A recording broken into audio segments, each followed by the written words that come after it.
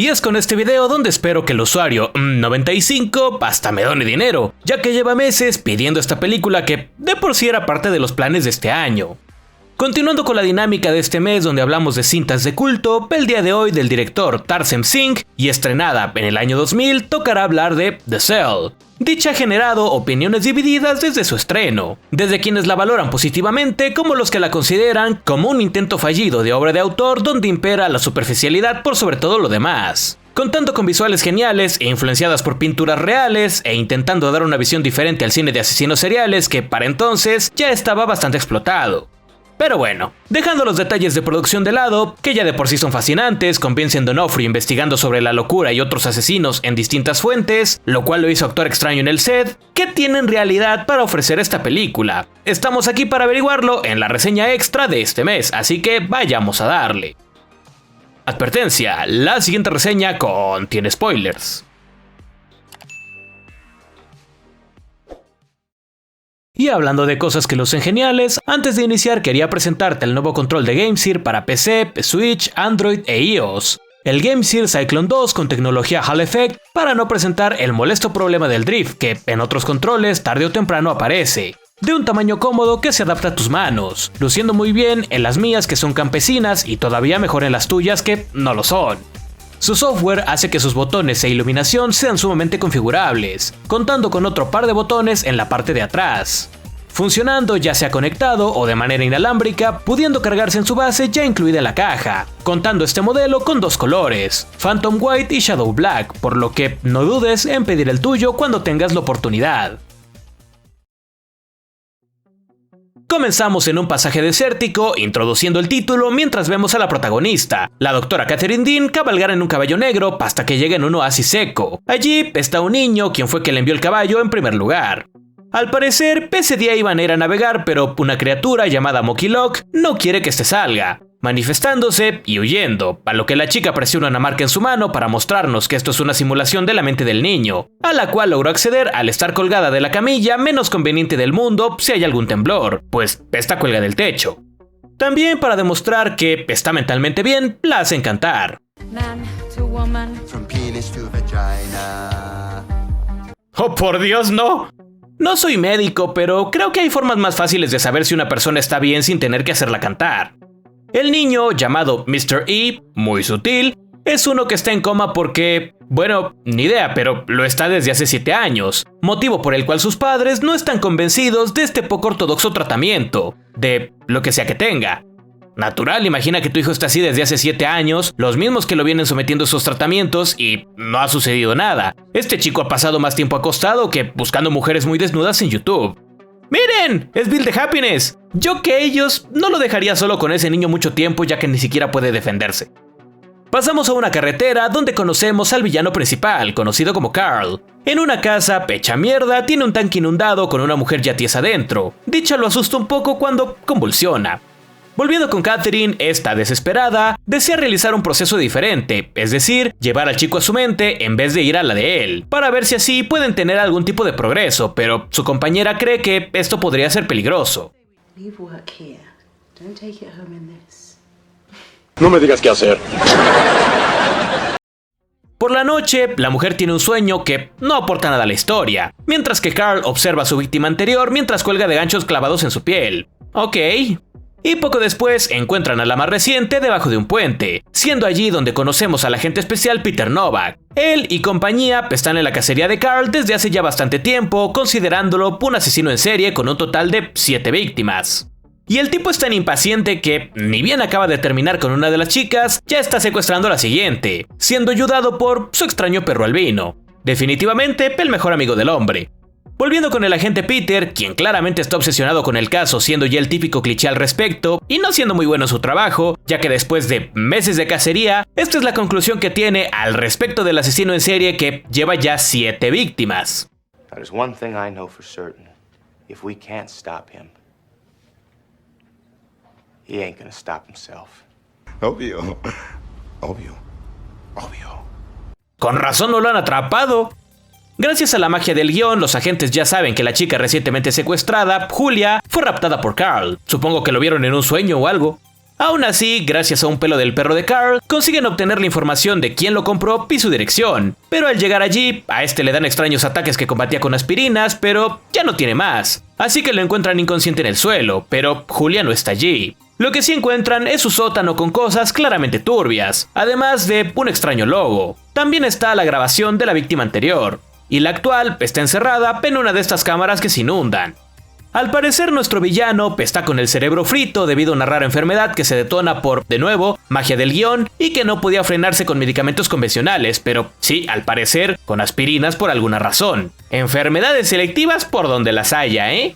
Así que no va a despertar nunca más, por lo que el doctor en turno les dice que quizá haya algo que se pueda hacer para poder averiguar dónde está la chica secuestrada, aunque el tipo ande sin wifi. No se preocupen, yo les puedo ayudar al yunque. Puta madre. La opción es acudir al experimento que permite adentrarse en la mente de personas. Ya saben, el que en 7 años no ha demostrado ningún avance significativo.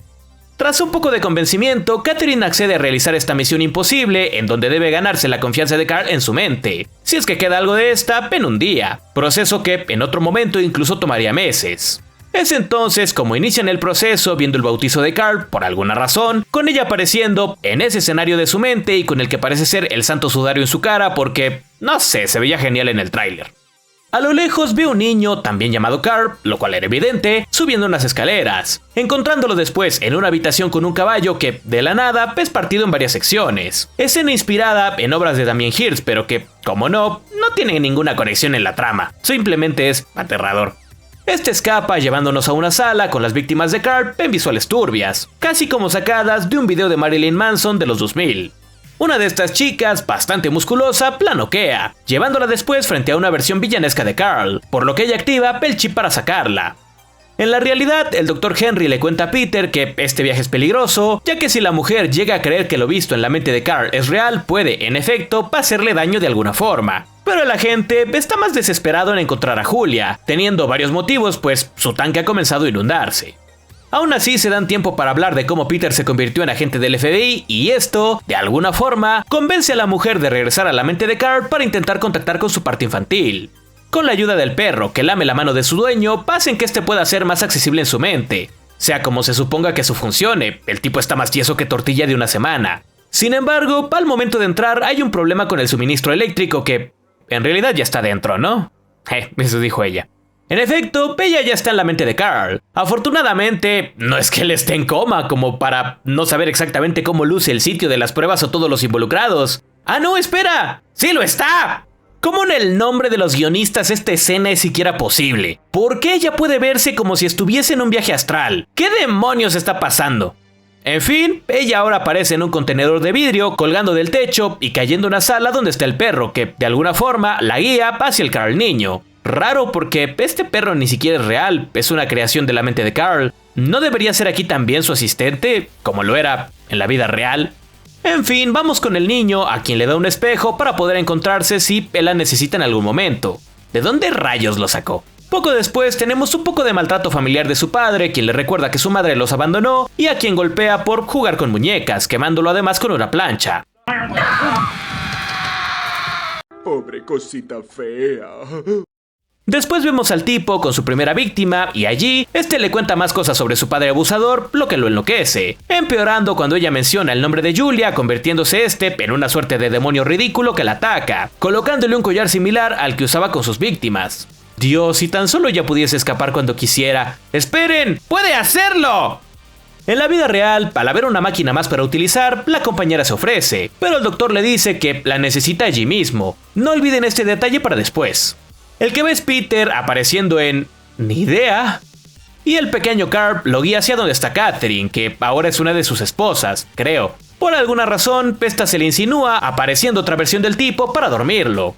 Al abrir los ojos, este está atado y el demente le saca una tripa en medio de la tortura. Este entonces le cuenta a la chica un acontecimiento personal, donde el hermano de esta murió tras estar en coma un tiempo, y ella despierta del trance en el que está y ataca al psicópata, atravesándolo así con un cuchillo, lo que hace que se vaya, quedando ambos en otro nuevo escenario. En este vemos a Julia en un tanque como sirena, y allí Peter reconoce un símbolo, siendo aquí donde toda la película se va a la mierda, yéndose los dos de la mente del tipo, aunque ella quiere rescatar al infante. Pero bueno, ¿por qué digo que la película se va a la mierda?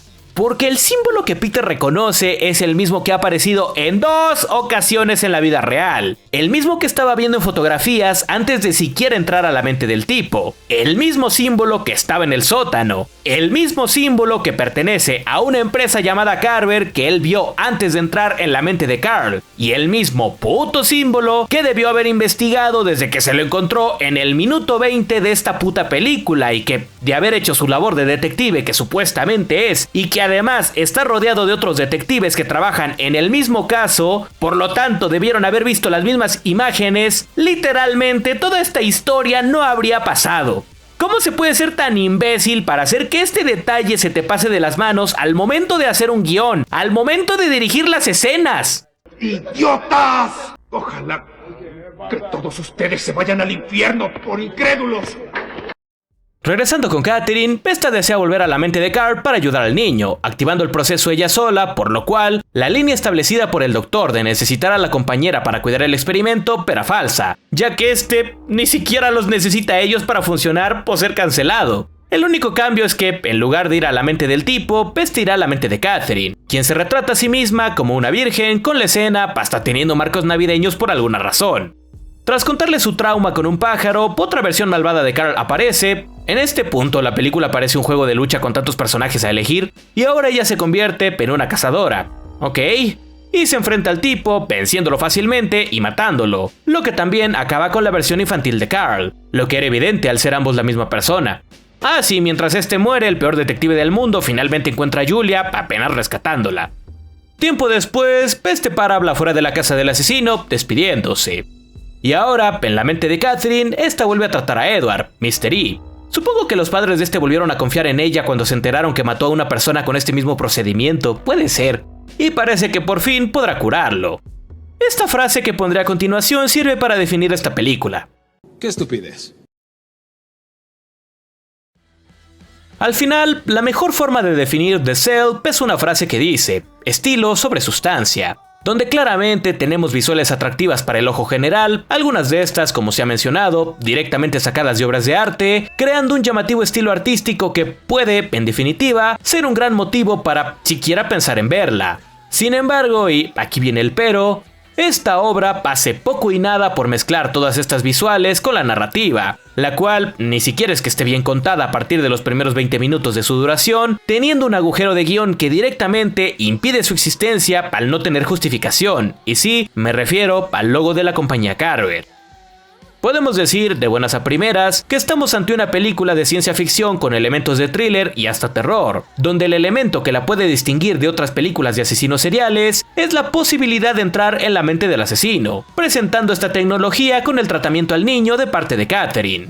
Sin embargo, es aquí donde comienzan los primeros problemas de guión, tanto por su simpleza al directamente llamar al chico como Mr. E, refiriéndose que él es un misterio a resolver, lo cual no es cierto, ya que este está en coma y se refiere a un tal Okilo como algo que no le permite salir a navegar, sea como sea que lograr que sí salga se traduzca en un avance en la esquizofrenia que le dañó el cerebro. En realidad sabemos más o menos qué tiene el chico, entonces, ¿cuál es realmente el misterio aquí? Siendo aquí donde nosotros podemos percatarnos de que el funcionamiento de esta tecnología está mal enfocado. Esto porque el niño lleva 7 años bajo este tratamiento sin ningún tipo de resultado, por lo cual no hay eficacia del mismo en ningún terreno como para considerarlo como una opción viable para nada, por lo que aquí o la enfermedad del chico debió ser menos grave o bien se debieron mostrar cuando mínimo algún tipo de avance para que este método tuviese por lo menos cierta justificación en el guión, que como vimos ni siquiera era necesario para resolver la desaparición de Julia, por lo que esta cosa fue potencial desperdiciado y únicamente sirvió para la obtención de visuales extravagantes que pueden y son en efecto llamativas, pero vacías de contenido, vacías de justificación y o aprovechamiento. Y hablando de otra cosa, la propia Catherine es un personaje ambiguo en el sentido de que es presentada como una persona capaz de resolver los enigmas de la mente de los pacientes sometidos a este tratamiento, lo cual es mentira porque el chico hace años que no presenta avances y el otro sujeto al que atiende directamente muere. Por lo que jamás se nos muestra cuál es exactamente este supuesto talento que ella tiene que la hace más especial que al resto de colegas que han participado en este experimento, que tal y como se nos comenta en la historia, fueron por lo menos más de uno antes que ella.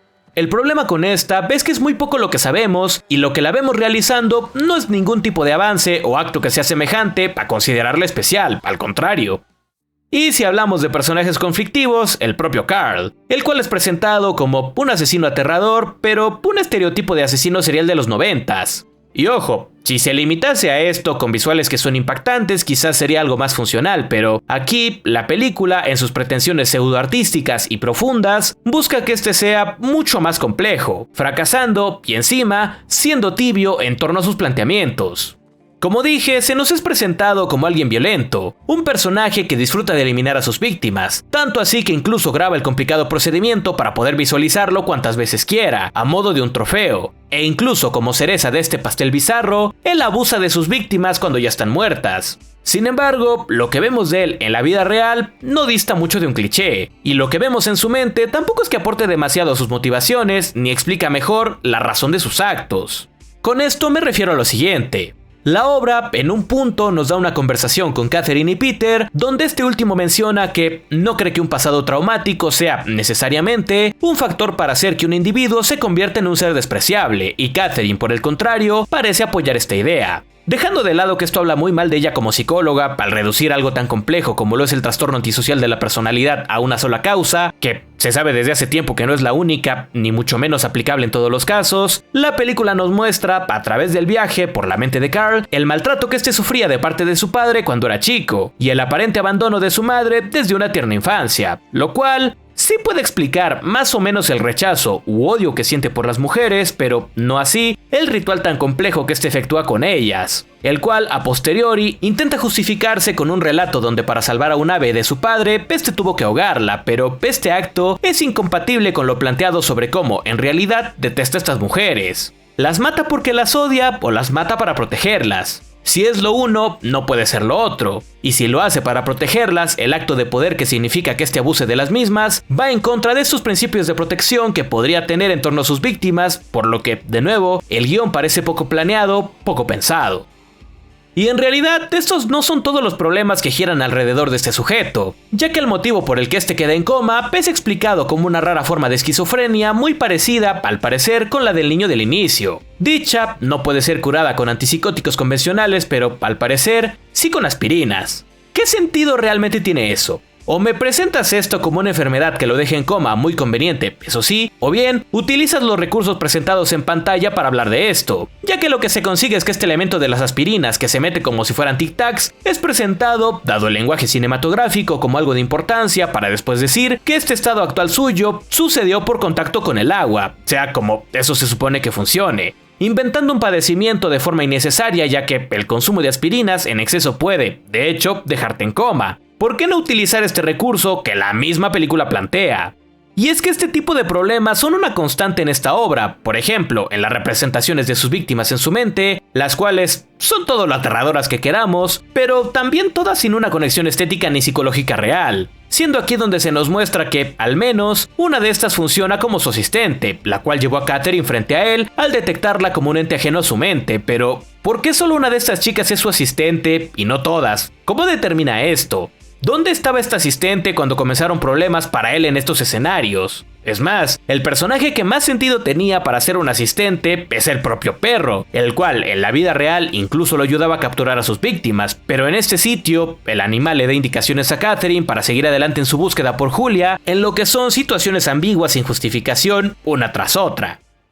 Siguiendo con esto, las diferentes versiones de él que vemos a lo largo de la película tampoco parecen tener ninguna justificación más allá de lo genial que pueden verse en pantalla. Todas y cada una son tan planas que no representan diferentes facetas de su personalidad, excepto la del niño, claro, que evidentemente representa esta faceta inocente aún presente en el tipo, la cual, por cierto, al personaje apenas tener desarrollo mientras estaba en la vida real, jamás vemos una insinuación de que esta parte suya siquiera exista, apareciendo de forma conveniente para no dejar a Catherine sola vagando por escenarios enormes e imponentes sin saber exactamente a dónde ir.